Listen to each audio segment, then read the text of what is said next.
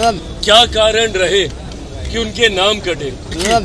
क्या कारण रहे कि उनके नाम कटे? भारत की संसद को विपक्ष चलने नहीं देता। नेता प्रतिपक्ष बिहार विधानसभा इस बात का जवाब दें। बिहार विधानसभा चुनाव को लेकर के सभी पार्टियां तैयारियों में जुटी हुई है। वैसे में केंद्रीय मंत्री चिराग पासवान कल देर शाम ही पटना पहुंचते हैं। यूं तो उनका ज्यादा वक्त दिल्ली में रहता है, लेकिन जब जब उनको मौका मिलता है बिहार आने को, राजधानी पटना आने को, वो मीटिंग रखते हैं। वैसे में आपको बताएं तो आज केंद्रीय मंत्री चिराग पासवान ने आज अपने पार्टी दफ्तर में अचानक से एक बड़ी मीटिंग को बुला लिया।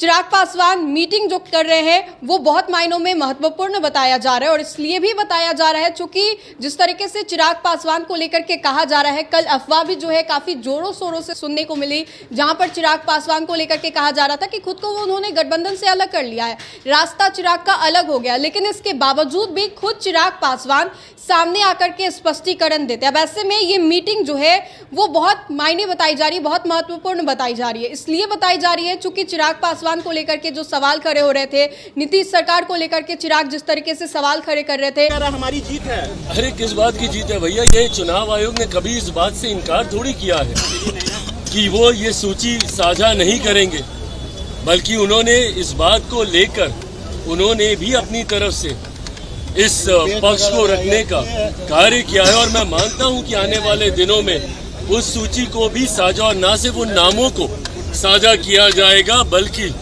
क्या कारण रहे कि उनके नाम कटे।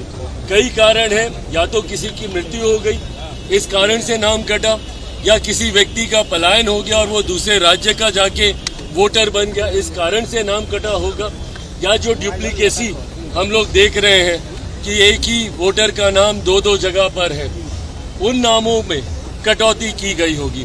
कारण जो भी रहे होंगे, उस कारण को मैं मानता हूं जल्द चुनाव आयोग साझा करेगा, ताकि अपील का भी मौका उन लोगों को मिले जिनको इस बात का एहसास है कि संभवतः उनके साथ न्याय नहीं हुआ है, नागरिक होने के बावजूद किसी कारणवश उनका नाम उस सूची से छूट गया है, उसको भी दोबारा से मौका मिले। इसके लिए भी तीन स्तर पर अपील करने का प्रावधान SIR के माध्यम से किया गया है। उनको ये मौका मिले, उसके लिए इस सूची को साझा करना जरूरी है। सुप्रीम कोर्ट ने भी इस बारे में निर्देशित किया है, और मुझे लगता है जल्द चुनाव आयोग ये करेगा। राहुल गांधी बिहार आ रहे हैं, राहुल गांधी जिनके भी हैं भाई, ये प्रक्रिया इसीलिए तो की गई है ना कि अगर डुप्लीकेसी ऑफ वोट किसी का है, इसीलिए इस प्रक्रिया को अपनाया गया है कि उसको रिफाइन किया जाए। पर ऐसे में जब इस प्रक्रिया पे भी विपक्ष सवाल उठाता है, और जिस तरीके से भारत की संसद को विपक्ष चलने नहीं देता, ये अपने में चिंता का विषय है।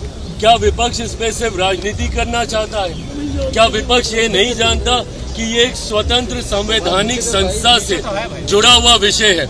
इसमें भारत सरकार का क्या लेना? आज आप भारत की संसद को नहीं चलने दे रहे।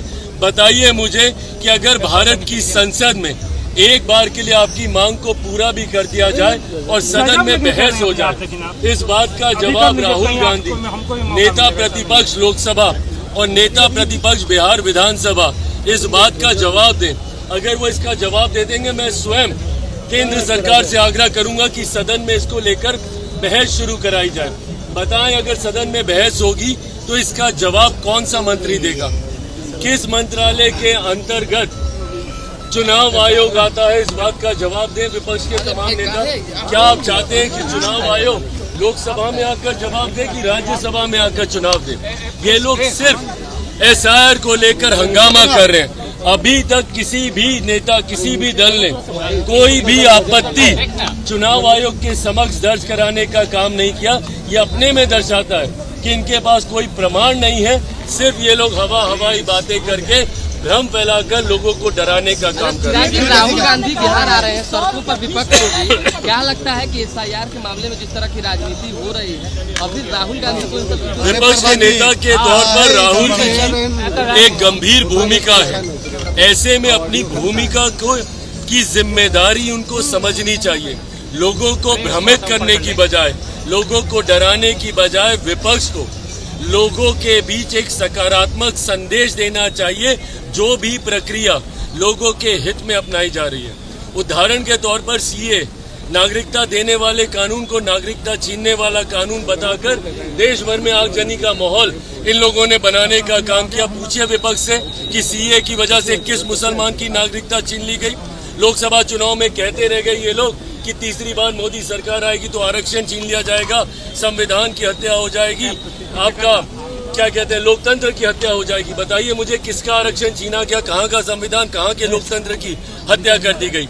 सिर्फ झूठ बोलकर लोगों को भ्रमित करने का काम आज की तारीख में विपक्ष ने एक नई रणनीति का हिस्सा बना लिया है और उसी रणनीति को साकार करने के लिए एक बार फिर राहुल जी बिहार आ रहे हैं, बिहारियों को भ्रमित करने के लिए, उनको डरा कर अपने पक्ष में करने के लिए। चिराग पासवान जिस तरीके से लगातार कहते हैं बिहार फर्स्ट, बिहारी फर्स्ट, ये नारा चिराग के द्वारा एक लंबे समय से दिया भी जा रहा है। वैसे में जब जब वो बिहार आते हैं चुनावी तैयारियों में रंगते हुए दिखाई देते हैं। चुनाव को लेकर के चिराग लगातार कह रहे हैं कि 243 सीटों पर तैयारियां जो है वो की जा रही है उनके पार्टी के द्वारा। पार्टी भी लगातार अग्रसर नजर आ रही है। पार्टी लगातार ये बयान देती है कि इस बार कैसे भी करके एनडीए की सरकार बनाना है। और जिस तरीके से राहुल गांधी, तेजस्वी यादव और यूं कहो कि पूरा विपक्ष हमलावर नजर आ रहा है, उन सभी को भी करारा जवाब चिराग पासवान के द्वारा दिया गया। तो चिराग ने क्या कुछ कहा ये हमने आपको सुनवाया। तो फिलहाल के लिए इस खबर में इतना ही। बहुत बहुत शुक्रिया।